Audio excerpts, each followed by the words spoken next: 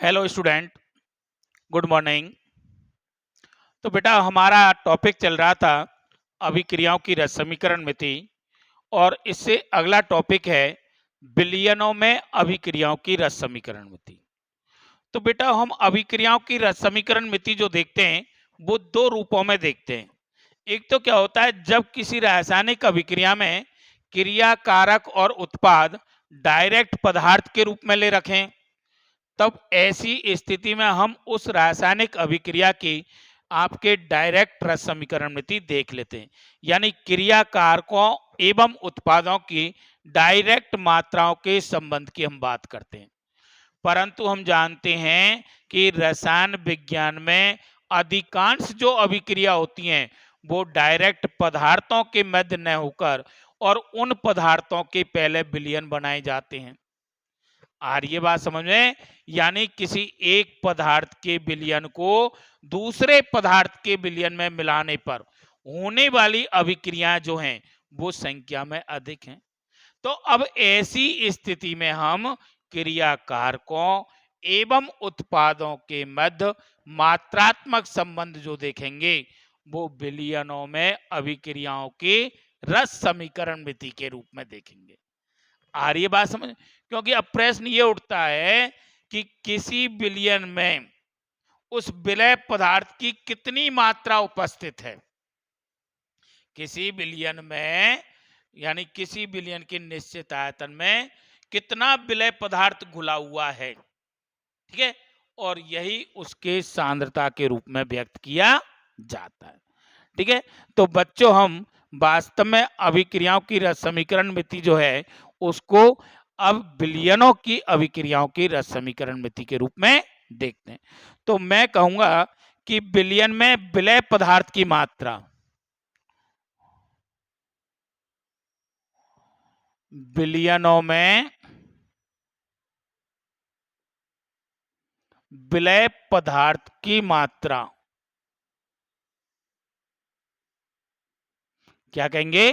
विलयनों में विलय पदार्थ की मात्रा को व्यक्त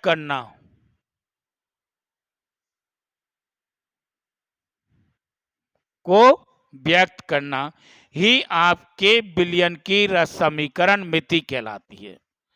इसे ही क्या कहते हैं हम? विलयन की रस समीकरण मिति कहते हैं। ठीक है बच्चों, और आगे हम बात करें तो इस विलयन की विलय पदार्थ की जो मात्रा व्यक्त की जाती है इसको हम दूसरा नाम देते हैं सांद्रता। इसे क्या देते हैं? सांद्रता। तो सांद्रता किसे कहते हैं? तो विलयन के इकाई आयतन में विलयन के इकाई आयतन में उपस्थित विलय पदार्थ की मात्रा उपस्थित विलय पदार्थ की जो मात्रा होती है वो सांद्रता के रूप में व्यक्त की जाती है।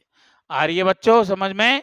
कंसंट्रेशन किसे कहेंगे? तो हम कहेंगे विलयन के इकाई आयतन में उपस्थित विलय पदार्थ की मात्रा, ये उसकी क्या कहलाती है? सांद्रता। अर्थात मैं सांद्रता इजिकल टू लिखता हूं, तो सांद्रता इजिकल टू क्या हो जाएगा? विलय पदार्थ की मात्रा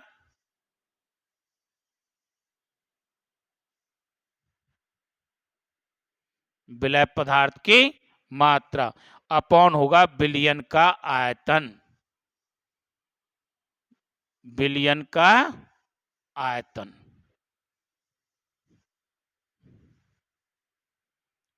ठीक है। इसके आधार पर हम सांद्रता आसानी से ज्ञात कर सकते, यानी सांद्रता को C से दर्शाते हैं, विलय पदार्थ की मात्रा को हम M से दर्शा दें और विलयन का आयतन V से दर्शा दें। ठीक है बच्चों, अब बात आती है कि सांद्रता के जो मात्रक होते हैं, यानी हम सांद्रता को कई प्रकार से व्यक्त कर सकते हैं। मैं बात करूंगा सांद्रता के मात्रक।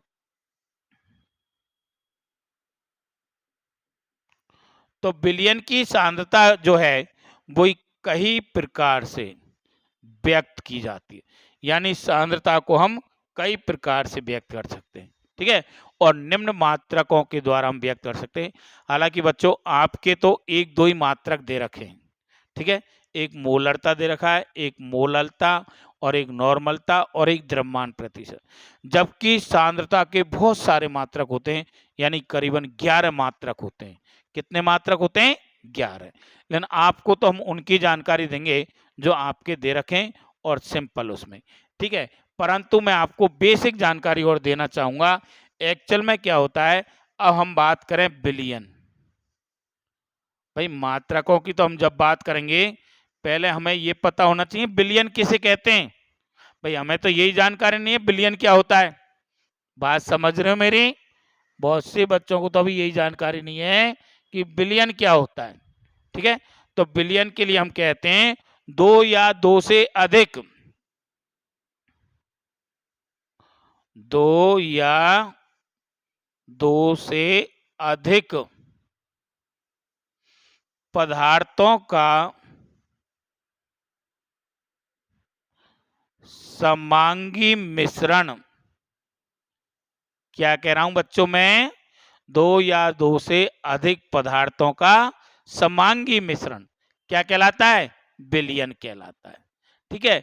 यानी बिलियन में निम्न दो घटक होते हैं। बिलियन में कितने घटक होते हैं? दो।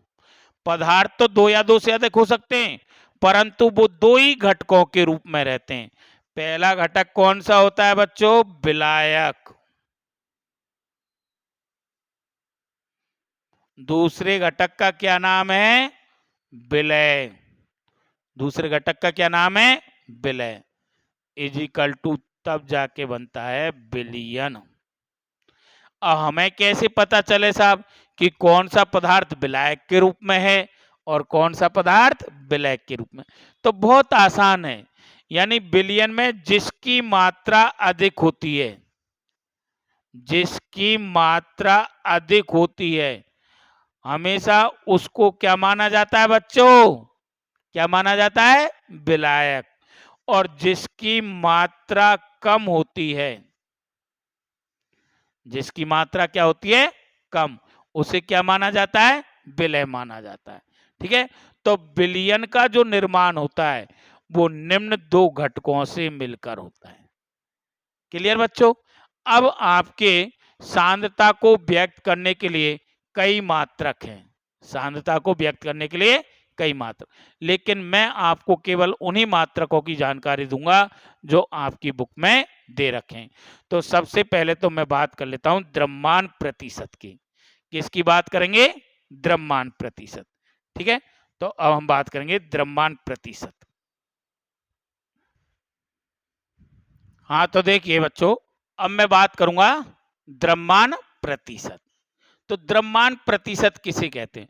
बहुत ही सिंपल है बच्चों, मैं कहूंगा विलय पदार्थ का वह भार भाग, विलय पदार्थ का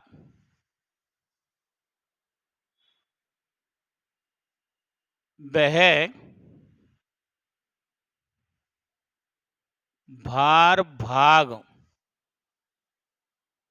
विलय पदार्थ का वह भार भाग। देखिए द्रव्यमान प्रतिशत के लिए हम क्या कह रहे हैं? विलय पदार्थ का वह भार भाग जो 100 ग्राम विलयन में, 100 ग्राम विलयन में उपस्थित हो, 100 ग्राम विलयन में उपस्थित हो, क्या कहलाता है? द्रव्यमान प्रतिशत कहलाता है। अर्थात द्रव्यमान प्रतिशत इज इक्वल टू, द्रव्यमान प्रतिशत इज इक्वल टू क्या होगा? विलय पदार्थ का ग्रामों में भार अपॉन विलयन का भार,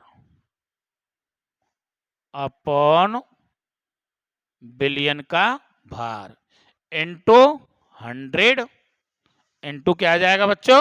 100, क्योंकि प्रतिशत हम अपन ज्ञात कर रहे हैं। अब माना कि विलय का भार, माना कि विलय का भार इज इक्वल टू क्या मान लेता हूं मैं, WA, और विलायक का भार, क्योंकि दो घटकों से मिलके बना होता है ये विलय और विलायक, तो ये मान लेता हूं मैं WB।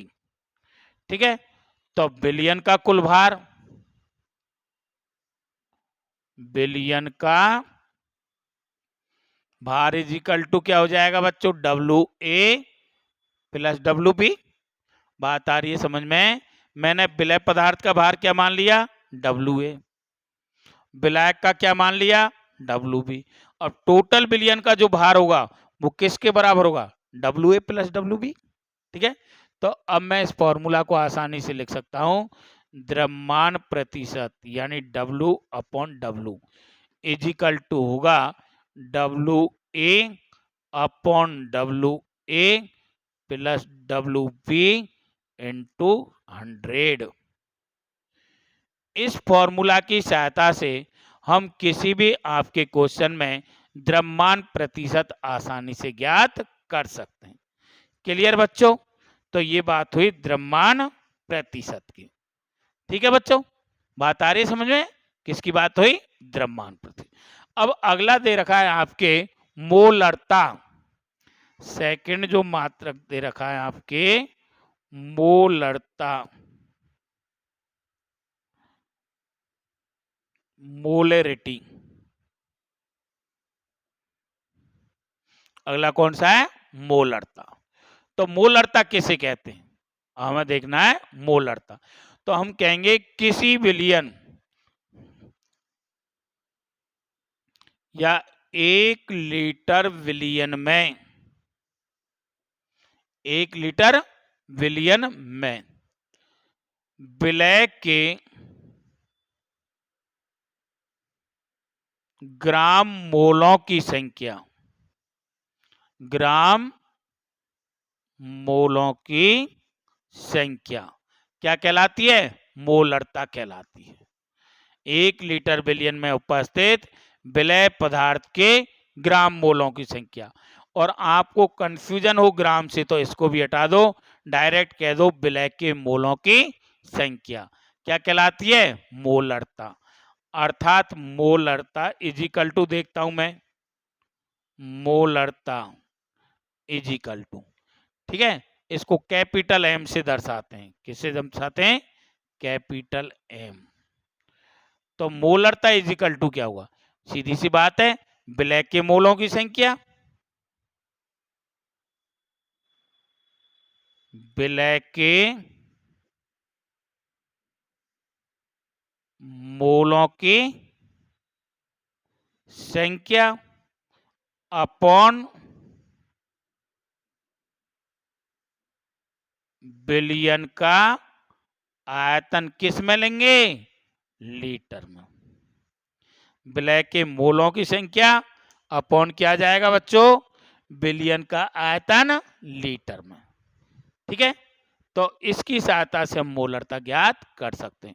अब बच्चों आगे मैं इसको बढ़ाता हूं, आपकी किताब में इतना ही दे रखा है, लेकिन हम जानते हैं विलय के मोलों की संख्या कैसे ज्ञात करते हैं, यानी मोलों की संख्या कैसे ज्ञात की जाती है।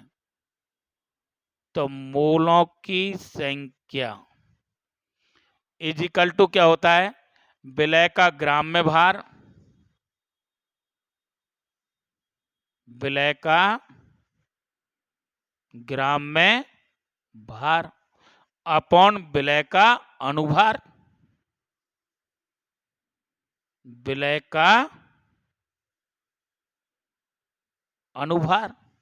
ठीक है, विलय के ग्रामों में भार है, मैं WA से व्यक्त करता हूं, और विलय के अनुभार को यदि मैं कैपिटल M से व्यक्त करता हूं, तो इस मान को इसमें रख दूं, मैं विलय के मोलों की संख्या को इसमें रख दूं, तो मोलरता इज इक्वल टू जो आ जाएगा फॉर्मूला, मोलरता capital M is equal to, वो क्या होगा, विलय का ग्राम में भार, विलय का ग्राम में भार, ठीक है, अपॉन विलय का अनुभार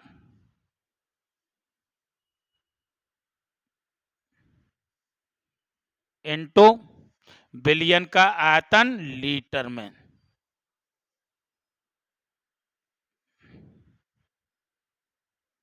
बिलियन का आयतन लीटर में, ठीक है।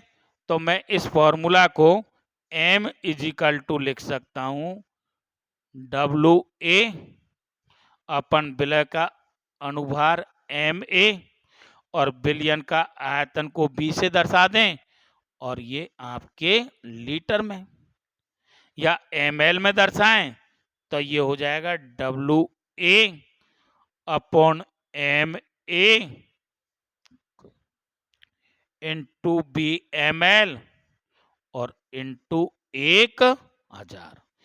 तो निम्न फॉर्मूला की सहायता से हम किसी विलयन की मोलरता ज्ञात कर सकते हैं। आ रही है बात समझ में बच्चों? निम्न फॉर्मूला की सहायता से हम किसी विलयन की क्या निकाल सकते हैं? मोलरता। नीचे दिखाई नहीं दे रहा है, मैं इसको इधर साइड में लिख देता हूं, मोलरता इजिकल टू यानी m इजिकल टू, ठीक है। तो विलय का ग्रामों भार हमने क्या माना है? W A. विलय का अनुभार मैंने क्या मान लिया? M A. बिलियन का आयतन लीटर यानी वी लीटर। क्लियर? यदि हमको ml में कन्वर्ट करना है तो ये हो जाएगा W A upon M A into B M L into 1000। तो निम्न फॉर्मूला की सहायता से हम किसी भी विलयन की मोलरता ज्ञात कर सकते हैं। बात आ रही है समझ में बच्चों? ठीक है, तो ये बात हुई द्रव्यमान प्रतिशत और मोलरता। इसी प्रकार हम मोललता के रूप में ज्ञात कर सकते हैं। दूसरी तीसरी होती है मोललता, स्मॉल एम। मोललता और मोलरता में क्या अंतर है बच्चों? यहां पर हम 1 लीटर के स्थान पर क्या कहेंगे? 1 किलोग्राम। यानी बिलियन का जो हम आपके भार लेंगे वो आयतन जो मैंने लेकर किस में लेंगे? 1 किलोग्राम। लीटर में न लेकर किस में लेंगे? 1 किलोग्राम। तो अब परिभाषा हो जाएगी 1 किलोग्राम बिलियन में विलय के मोलों की संख्या क्या कहलाती है? मोललता। यानी मोललता में केवल ये अंतर आएगा, मोललता इजिकल टू होगा विलय के मोलों की संख्या विलय के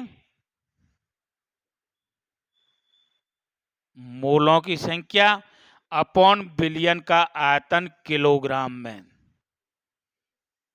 बिलियन का आयतन किलोग्राम में, बस ये फर्क होता है।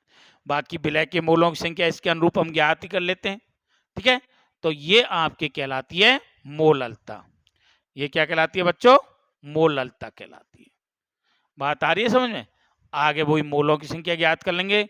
तो मोललता इजिकल टू लिखूंगा मैं, ये फॉर्मूला आ जाएगा small M is equal to W A upon M A into B, यानी आयतन जो होगा वो किस में होगा? किलोग्राम में। लीटर में न होकर किस में होता है? किलोग्राम में। या small M is equal to W A upon M A into B M L की जगह हो जाएगा किलोग्राम की जगह ग्राम। तो अब इसको कर देंगे 1000 से मल्टीप्लाई। क्लियर? कोई दिक्कत? तो ये होती है मोललता। इसी प्रकार नॉर्मलता होती है। चौथा होता है नॉर्मलता।